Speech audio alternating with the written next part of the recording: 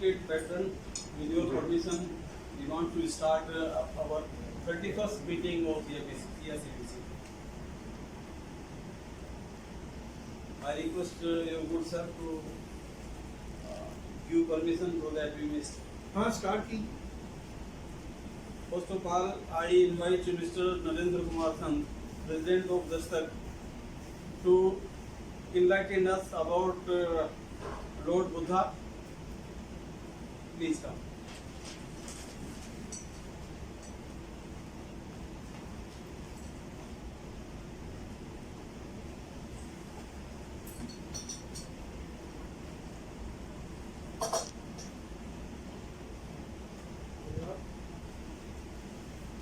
सबसे पहले तो मैं social for society for implementation of affirmative action and countering vice crime का स्वागत करता हूँ कि मुझे ये मौका दिया कि मैं यहाँ आपके सामने अपनी बात कर सकूँ। आज बुद्ध पूर्णिमा का दिन है। आज के दिन हम सब जानते हैं कि भगवान बुद्ध का जन्म 2500 से ऊपर 7 साल पहले हुआ। मैं आज यहाँ इतना कहना चाहता हूँ कि आज का दिन की जो महत्ता है वो ये है कि आज के दिन को, बुद्ध पूर्णिमा को, हम एक और नाम देते हैं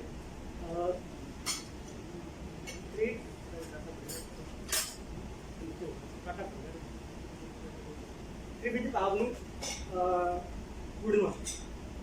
त्रिविध पावनी पूर्णिमा का अर्थ ये होता है कि आज के दिन भगवान बुद्ध का जन्म हुआ।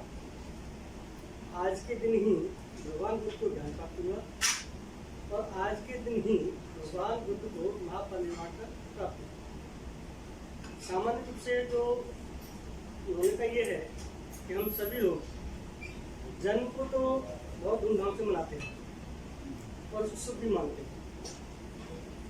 कहीं कहीं ज्ञान जो उपलब्ध होता है बच्चे को या किसी व्यक्ति को, उसको भी हम बहुत धूमधाम से मनाते हैं और खुशी भरा क्षण मानते हैं। परंतु जब परिनिर्वाण होता है या मृत्यु होती है उसे हम बहुत कष्ट से मानते हैं, पूर्ण मानते हैं। गौतम बुद्ध और उनके जो धर्मावलंबी हैं वो इसको शुभ मानते हैं, क्योंकि गौतम बुद्ध और भगवान बुद्ध के द्वारा दिए गए तीन प्रवचन हैं उसमें मृत्यु को कभी अशोभनीय नहीं माना। वो इस प्रकृति का एक नियम है। गौतम बुद्ध कहते हैं कि जो जन्मा है वो निर्वाण को प्राप्त होगा ही होगा। तो प्रकृति के नियम में शुभ और अशुभ कुछ नहीं होता। दूसरी बात मैं यह कहना चाहता हूँ कि बुद्ध ने जो खोज की वो दुख की, दुख के कारण की और दुख के निवारण की।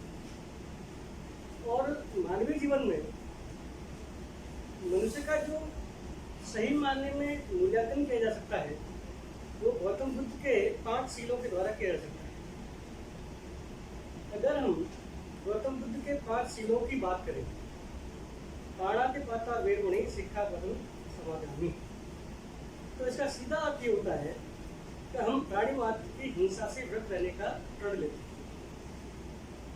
अदिन्नदाना वेरमणि सिक्खापदं समादयामि, इसका अर्थ ये होता है कि हम बिना किसी के अनुमति के उसकी वस्तु को हाथ नहीं लगाएंगे, अर्थात चोरी करने के व्रत रहने का हम प्रण करते हैं। फिर मूसावादा वेरमणि सिक्खापदं समादयामि, हम अपने मुख से किसी की बुराई नहीं करेंगे या किसी को कष्टमय वचन का प्रयोग नहीं करेंगे। चौथा है इसमें मूसा वाचा वेरमणि हो गया, कामेश मिथ्याचारा वेरमणि सिक्खापदं समादयामि, हम किसी प्रकार के काम भावना से व्रत रहने का प्रण लेते हैं। 5वां सुरामेरम मज्जापम थाना वेरमणि सिक्खापदं समादयामि, हम किसी भी प्रकार के व्यसन, चाहे वो शराब का हो, कच्ची पक्की शराब का हो, कोई भी नशा किसी प्रकार का हो, उसको व्रत रहने की हम शपथ लेते हैं या उसका प्रण लेते हैं। तो ये 5 जो मूल मंत्र हैं भगवान बुद्ध के, अगर हम अपने जीवन में ये सभी लोग धारण कर लें तो मुझे नहीं लगता कि जैसे गौतम बुद्ध ने कहा है कि कष्ट इन सबको मिलाकर कई कष्ट होते हैं। जब कोई आदमी झूठ बोलता है तो कष्ट होता है, जब कोई आदमी व्यवसाय करता है तो कष्ट होता है, जब कोई व्यक्ति चोरी करता है तो कष्ट होता है, या सबसे बड़ा जो आज का जो वातावरण में कारण है वो सबसे बड़ा कारण मैं मानता हूँ नशे का है। तो इन सबको अगर हम आज के दिन इसका शपथ ले लें या फिर उनकी मान्यता को मानने के ऊपर ले लें, तो मुझे लगता हूँ कि हमें अद्भुतपूर्वक जन्म सब करने का एक बहुत बड़ा हमें लाभ होगा। इसी के साथ में अपनी बात को समाप्त करता हूँ।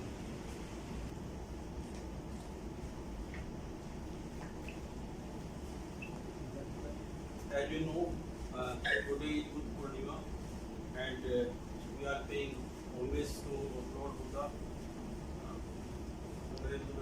for enlightening us about Lord Buddha and saying various good things which we must follow in our daily life.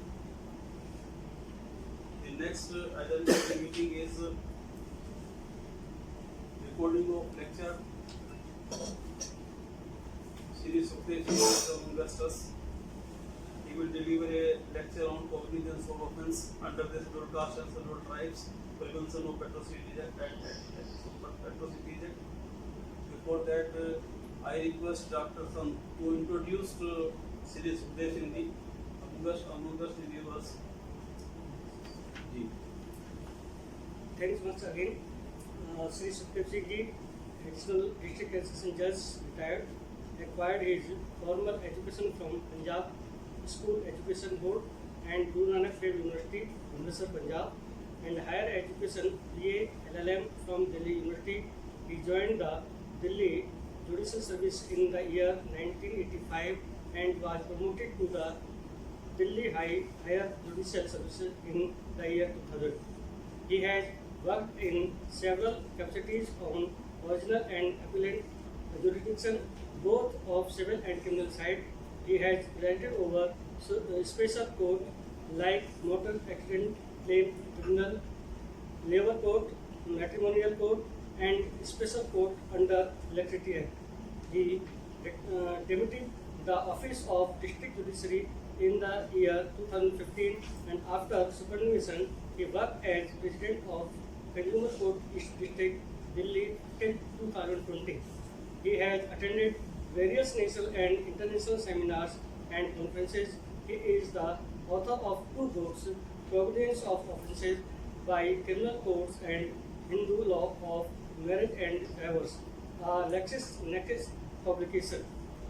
So, sir, we welcome you and request you to give your. I now request Sri Sukhdev Sindhi, please start your talk. Respected Shri Narendra ji, Patron and General Secretary Shri T.R. Naval of the Society, I am privileged to have an occasion to have a talk on this very important subject, namely cognizance of offences by special courts under the Scheduled Caste and Scheduled Tribes, Prevention of Atrocities Act 1989. The talk has been divided into 4 parts. First one, introduction, then cognizance, third, cognizance by court of session, and then the conclusion. The importance of this topic is very lies in the fact that the limitation period has been prescribed by the Code of Civil Procedure, and to see whether an offence cognizance has to be taken within the limitation or not, that is very important. If the cognizance has been taken after the period prescribed under the limitation, then case cannot proceed. Then there will be no purpose of putting the person on trial. The first part with regard to the introduction of the subject is the Indian Penal Code is the major substantive criminal law of India. It is modeled on the English criminal law. IPC has not gone under any major change in the post-independence. India to show understanding and visionary outlook of the drafters of the Indian social ethos and values that are noted to be preserved through criminal law.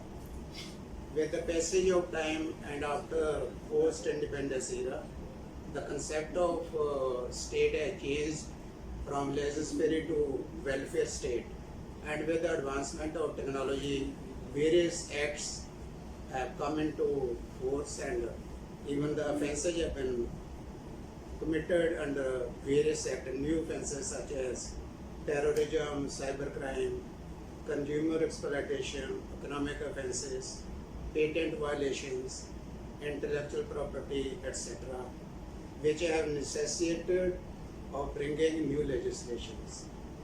Though the IPC and other acts define the substantive offences, but the procedure has been prescribed under the Criminal Procedure Code. The substantive law, the Code of Criminal Procedure has envisaged the procedure to achieve substantive justice. Justice is the goal of jurisprudence, processual, procedural, as much of substantive. Under the Code of Criminal Procedure, the magistrate has been empowered to take cognizance of the offence. Section 190 of Code sets out different ways in which a magistrate can take cognizance of an offence. That is to say, take notice of allegation disclosing commission of a crime with a view to setting the law in motion to bring the offender to book. Under section 190 of CRPC, cognizance, it is only the magistrate who can take the cognizance. There are three ways in taking the cognizance under this section. First one is upon receiving a complaint of facts which constitute such offence. Then upon a police report of such facts. Then C is upon information received from any other person other than a police officer or upon his own knowledge that such offence has been committed. After taking the cognizance and after investigation of the offence, the magistrate is to submit the report which is called the charge sheet under section 173 of CR. The police officer has to submit the report under section 173, and then upon that report, it is the magistrate who has to take the cognizance.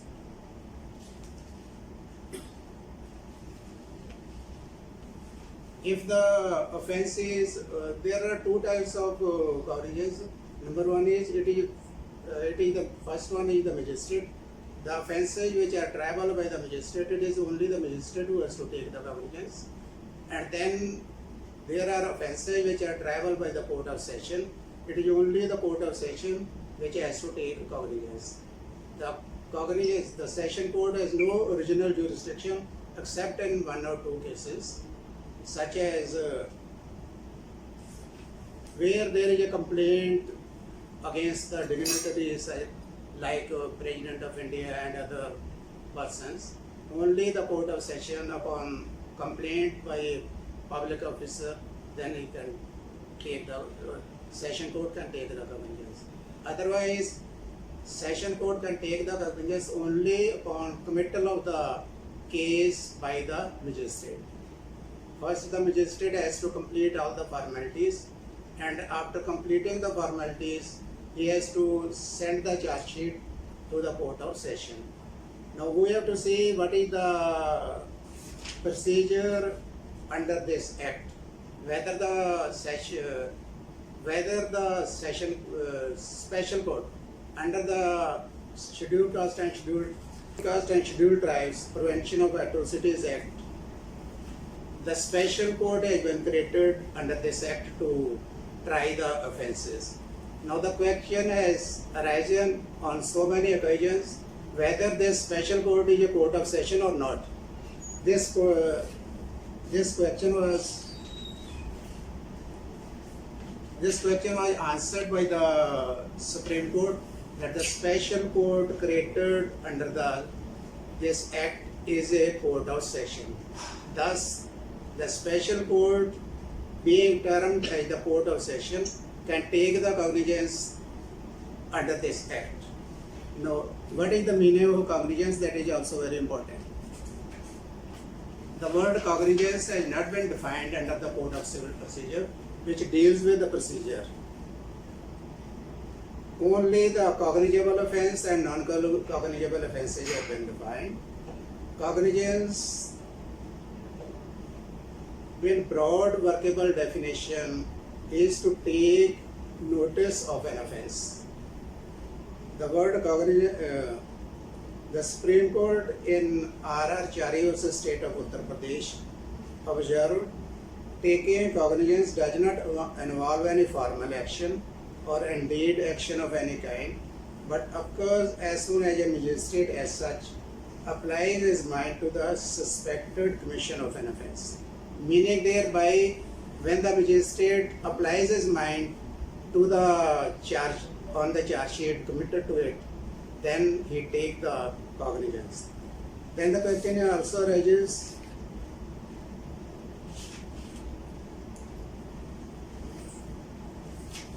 when the magistrate has to take cognizance. Under section 190, we have already said that under section 190 it is the magistrate who has to take the cognizance. Then under what circumstances he can take the cognizance? He has only to see whether there is a prima facie case or not. He has not to analyze the evidence which has been collected by the investigative agency. If a prima facie case is made out, then he can take the cognizance. This is with regard to the magistrate's power. Then second is with regard to the cognizance by the court of session or the cognizance by the special court under this act. As already said that it is only on committal that the court of session or the special court can take the cognizance. Then it is the magistrate who has to complete all the formalities and commit the case to the court of session. And under this act to the special court. Then the special court will take the cognizance on committal of the case by the magistrate.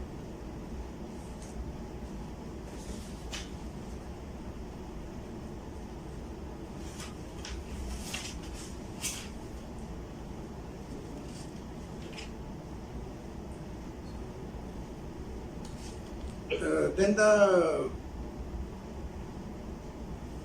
the question has also arisen in some of the cases. For example, if the magistrate has not committed the case and the special court has taken the cognizance, then whether there is illegality or whether the session court can do that or not. The court has answered this question in Rattiram versus State of Madhya Pradesh, that objections relating to non-compliance of section 193 of code, which eventually has resulted in directly entertaining and taking cognizance by the special judge under the Scheduled Caste and Scheduled Tribes Prevention of Atrocities Act, does not vitiate the trial, and on the said ground alone, the conviction cannot be set aside, or there cannot be a direction of retrial. Meaning thereby, if there has been no miscarriage of justice or substantial miscarriage which has not resulted in doing so, the trial, even without committal by the magistrate, by the special court, cannot be set aside by the High Court or the Supreme Court. Thus, the settled proposition of law is that even if the case has not been committed to the special court by a magistrate, and cognizance has been taken directly, it will not vitiate the trial if there has been no failure of justice. If there has been a failure of justice or prejudice has been caused to the accused, certainly the trial stands vitiated. These were the main things which have come under this act with regard to the status of the special court under the act, prima facie case, without committal. These are the things which have been answered by the Supreme Court. Then we come to the conclusion. Cognizance, though not defined under the code, but have got its meaning through judicial notice taken by various high courts and the Supreme Court, which has assigned it to the meaning. It is the sine qua non of criminal trial. Meaning thereby criminal trial will only commence when when the cognizance has been taken by the magistrate or the special court under this act. Under section 190 of CRPC, it is the magistrate who is empowered to take cognizance of an offence. If an offence is triable by the magistrate, he will conduct the trial. However, if the offence is triable by the court of session, he will commit the case to the court of session. On committal to the court of session or the special court under this act, it will conduct the trial. The special court which is notified by trial of offences under the Scheduled Caste and Scheduled Tribes Act has the status of a court of session as already said. It takes cognizance of an offence under the act on committal by the magistrate. A complaint or a charge sheet cannot straightaway be filed before the special court. Thus, the special court under the act has no original jurisdiction to take cognizance. It can take cognizance only on committal by the magistrate. When the special court has taken cognizance of an offence under the Scheduled Caste and Scheduled Tribes Prevention of Atrocity Act 1989 without committal by the magistrate and the accused did not raise any objection and have faced the trial, he cannot assail the judgment on the ground that the special court was not having jurisdiction to take cognizance without the case being committed by the magistrate if there has been no failure of justice or no prejudice was caused to the accused. In such a case, no retrial can be ordered. However, if the accused shows that there has been failure of justice or prejudice has been caused to him, the trial stands vitiated and the appellate court can order retrial. Thus, the special court, while taking cognizance of an offence under the Scheduled Caste and Scheduled Tribes Act, have to ensure that it acts in accordance with the provisions of the Act. It will not only ensure a fair trial of the accused, but will also impart justice to the victims of such offences. It will strengthen the criminal justice system. Here, the lecture comes to an end, and I am thankful to all the people present here and those who have been watching on this mode. Thank you, Sukhdev ji, for a very enlightened and detailed elaboration of how to take cognizance in such cases. My question is a very specific. Today in newspaper I read a news. 7 accused persons were acquitted at the time of, I think, start of the trial itself, on the ground that the offence under the act was not committed in a public place but inside the house. What happened in this case? The accused persons had gone to the house, residence of SC/ST, a scheduled caste person, and they abused and misbehaved, and I think some other things also took place. But the court took the position that cognizance under this act cannot be taken because the offence was not committed in the public place. सो इसके ऊपर कुछ आप थोड़ा enlighten करें या doctor साहब आप करें। They, for this, it is the duty of the session court to say whether the offence has been committed, whether the offence falls under the definition of offence or not.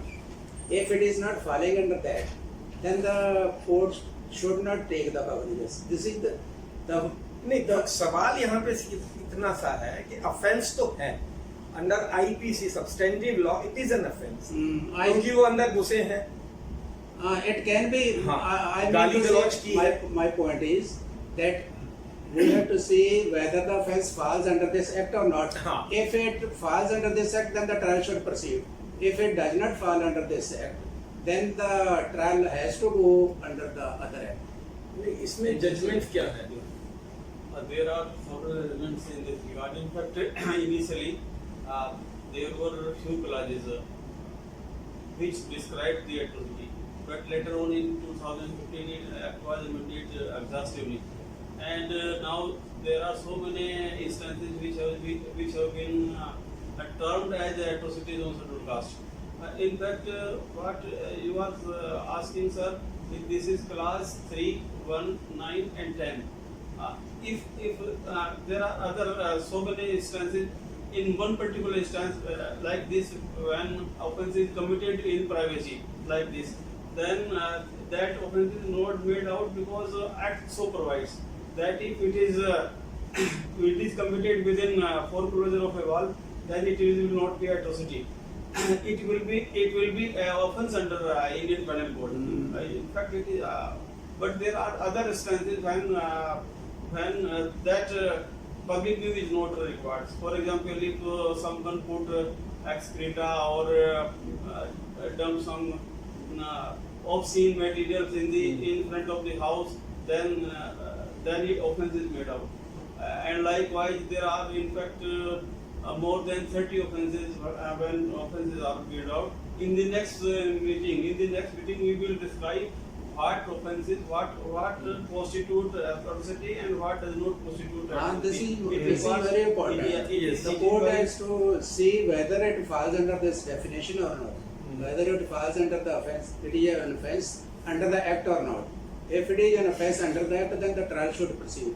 Cognizance should be taken. If it is not falling, then under other act, it may fall under IPC. It is the duty has been क्योंकि basically act के अंदर अगर if the act itself has provided this, then I think this is a serious issue and it has to be taken up by the society with policy makers, because the dignity of a person, whether he is inside his house or outside his house, is same. If it is affronted inside the house, then it is not an offence. But if it is affronted outside the house, I know then that. it is an offence. What is this? Then it requires amendment in the or Because extension- basically or aim interpretation- is dignity, to secure, protect the dignity of a human being. वो तो that is there. In fact, several instances are in my knowledge about the cognizance of cognizance material. There is one doctor in Delhi who was serving in a very difficult hospital, and he was harassed by his colleagues, and atrocities were committed. He made several attempts, but no FIR was registered. Ultimately, he approached the National Commission for Russia Industry, and with that intervention, FIR was registered. But when FIR registered, the IU did not cooperate. IU filed final report. Final report means that no offence is found. In fact, offence was investigation was made by a person who was not competent to investigate. Because that offence was can be investigated only by the officer of equal to the rank of DSP or above. In that investigation was done, and the magistrate directed to investigate it further. and after investigation by ACP, again final report was filed. I am citing again final report was filed, and magistrate after perusal of the entire report took cognizance and ordered for summoning of accused person. Against those summoning order, those influential person approached the Honorable High Court, and they succeeded in obtaining a stay, and that stay is still continuing. So नहीं, ये तो आपकी बात आप जो बता रहे हैं, this is the problem with our people. I was principal secretary for scheduled caste, scheduled tribes and OBCs etc. minorities in 2016 in Delhi. One file came to me. I remember the name of the girl, Kanak Lata. ये देहरादून की थी और यहाँ दिल्ली में north campus में आई थी पढ़ाई के लिए, कॉम्पिटिटिव एग्जाम्स या ग्रेजुएशन के लिए. And she called her brother also, younger brother, की उसको school and got admitted in the school. So their father sent them कि यहाँ पे अच्छे से पढ़ाई कर लेंगे. तो they took apartment on rent in Kingsway camp area. Now when the landlady saw that she came to know that she belonged to the reserve category, रात को 9-10 बजे उनका सामान निकलवा के फेंक दिया और घर के बाहर कर दिया इनको. ये पुलिस स्टेशन गए, वहां पर फिर इनके पिताजी वहां देहरादून से आए रातों रात और बड़ी मुश्किल से फिर FIR दर्ज. बाद में अब ये जैसे आप डॉक्टर साहब ने बताया, आईओ और जो भी है वो जो प्रोसिक्यूशन ऑफिसर जो होता है दिल्ली गवर्नमेंट की तरफ से जो थे, उन्होंने केस को ऐसा मतलब वो क्या रायता फैलाया और वो कुछ भी नहीं हुआ और केस डिस्पोज ऑफ हो गया. पिता ने हार नहीं मानी, वो हाई कोर्ट गया, हाई कोर्ट सुप्रीम कोर्ट गया. Supreme court finally directed the ministry, government of India, Thawarchand Gehlot ji का डीओ लेटर आया यहाँ पे केजरीवाल जी को कि आप इनको स्पेशल प्रोसिक्यूटर जो ये कह रहे हैं प्रोसिक्यूटर जो इनका वकील है उसी के लिए इसको लगाइए, तो उसको पैसा दिलवाइए स्टेट एक्सचेकर से. उसके बाद मुझे नहीं पता, मैंने फाइल भेज दी हमारे मंत्री को यहाँ पे, उसके बाद फाइल मेरे पास वापस नहीं आई, मेरा ट्रांसफर हो गया. तो I don't know what happen. पर ये इंसिडेंट मैंने अपने भाषण में बताया था वहाँ पे जब अम्बेडकर जयंती पे ये तालकटोरा स्टेडियम में 125 साल जब ये थे. तो ये तो दुर्भाग्य है. आईओ क्या ये जो प्रोसिक्यूशन ऑफिसर जो है गवर्नमेंट की तरफ से, ये सब के सब एक बायस्ड लोग हैं. तो ये लोग क्यों हमारे लोगों के हितों को प्रोटेक्ट करेंगे? That is the question. there are other persons who have joined the meeting virtually. Among the such I am seeing Mr. Satyendra Kumar. I request if he wants to ask any question. I have sent the question in writing actually, Yeah. and either you can ask. Please ask yourself. Everyone is Listening. Listening. Everyone is listening. Yeah, my question was actually from a layman's angle, somebody who is not well versed with the law, and the question is that if the offence, the technicality of offence is so complex regarding cognizance, etc., and the apex court has also kind of retained that position that committal and committal from the magistrate is necessary, compulsory. So, in fact, what is the use of this POA Act and what was the genesis? What was the felt need of bringing this new act into existence vis-a-vis the extent the law under CRPC and IPC? So, from a very layperson's perspective, please. Mr. Satyendra Kumar. It is only the CRPC prescribe the procedure. All the offences which are committed under the substantive law, they have to be dealt with procedure has to be followed under the CRPC.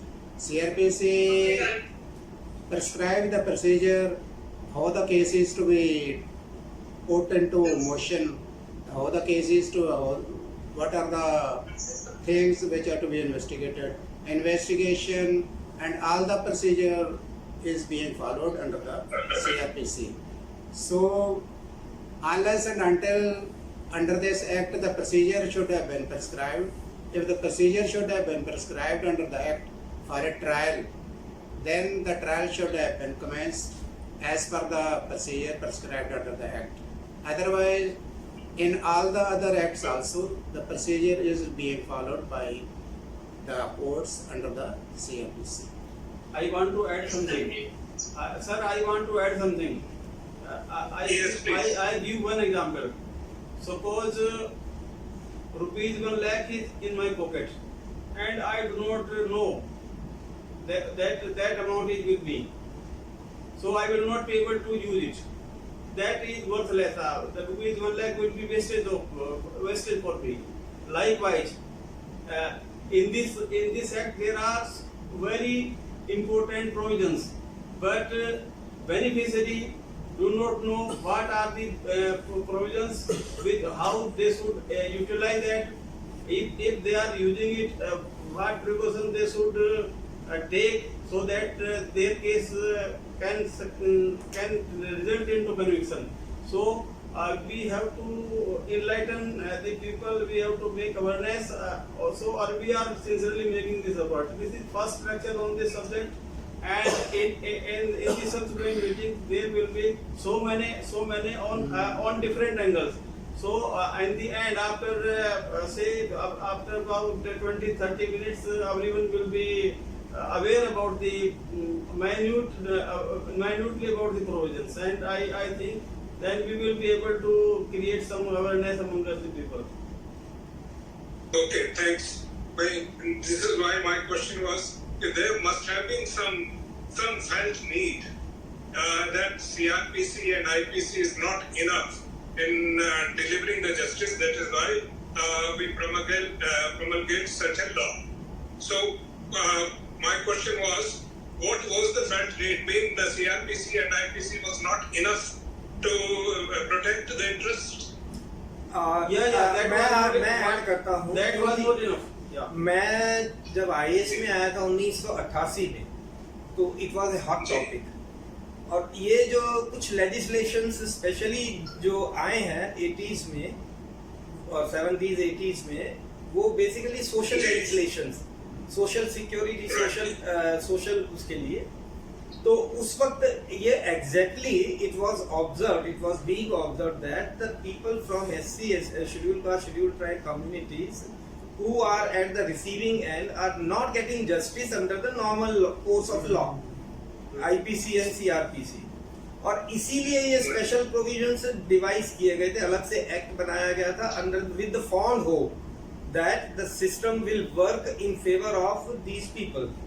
Unfortunately जो society का structure है और जो society जो governmental और जो judicial और law enforcing machinery जिन लोगों के हाथों में है, उनका माइंडसेट तो आप चेंज नहीं कर सकते, हम चेंज नहीं कर सकते। जब तक उनका माइंडसेट चेंज नहीं करेंगे तब तक ये प्रॉपरली इसका इम्प्लीमेंटेशन, जो मैंने एग्जांपल दी थी एक कनकलता की, वो अपने आप में बहुत कुछ कह जाती है। ऐसे 3 एग्जांपल्स हैं। Sir, I want to say something.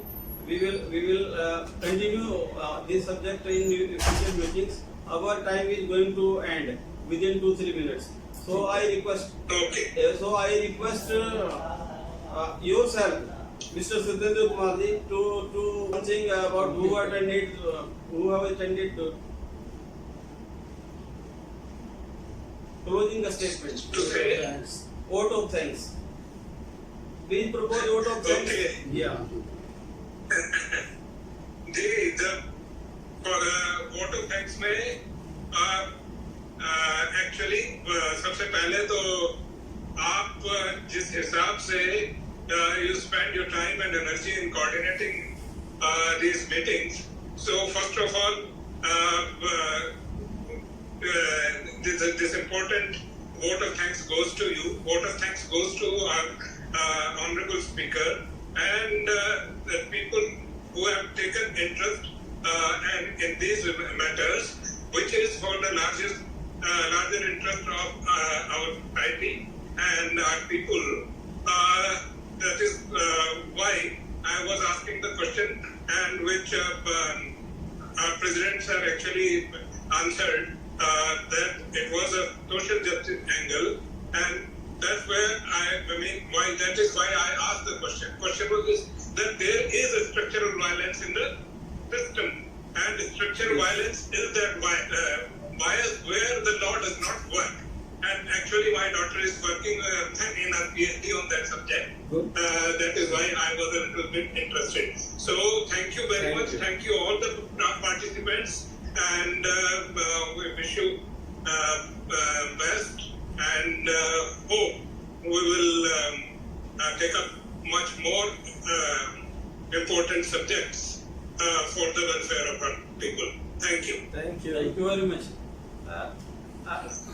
Mr. MC Mehra is there, perhaps.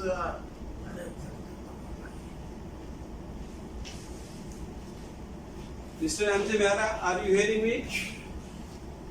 Mr. MC Yes. Mehra, please. Yes. Please say something to us. Thank you very much for organizing such a beautiful, such a good meeting today. I gave thank to all of you. Thank you so much. Thank you very much, sir.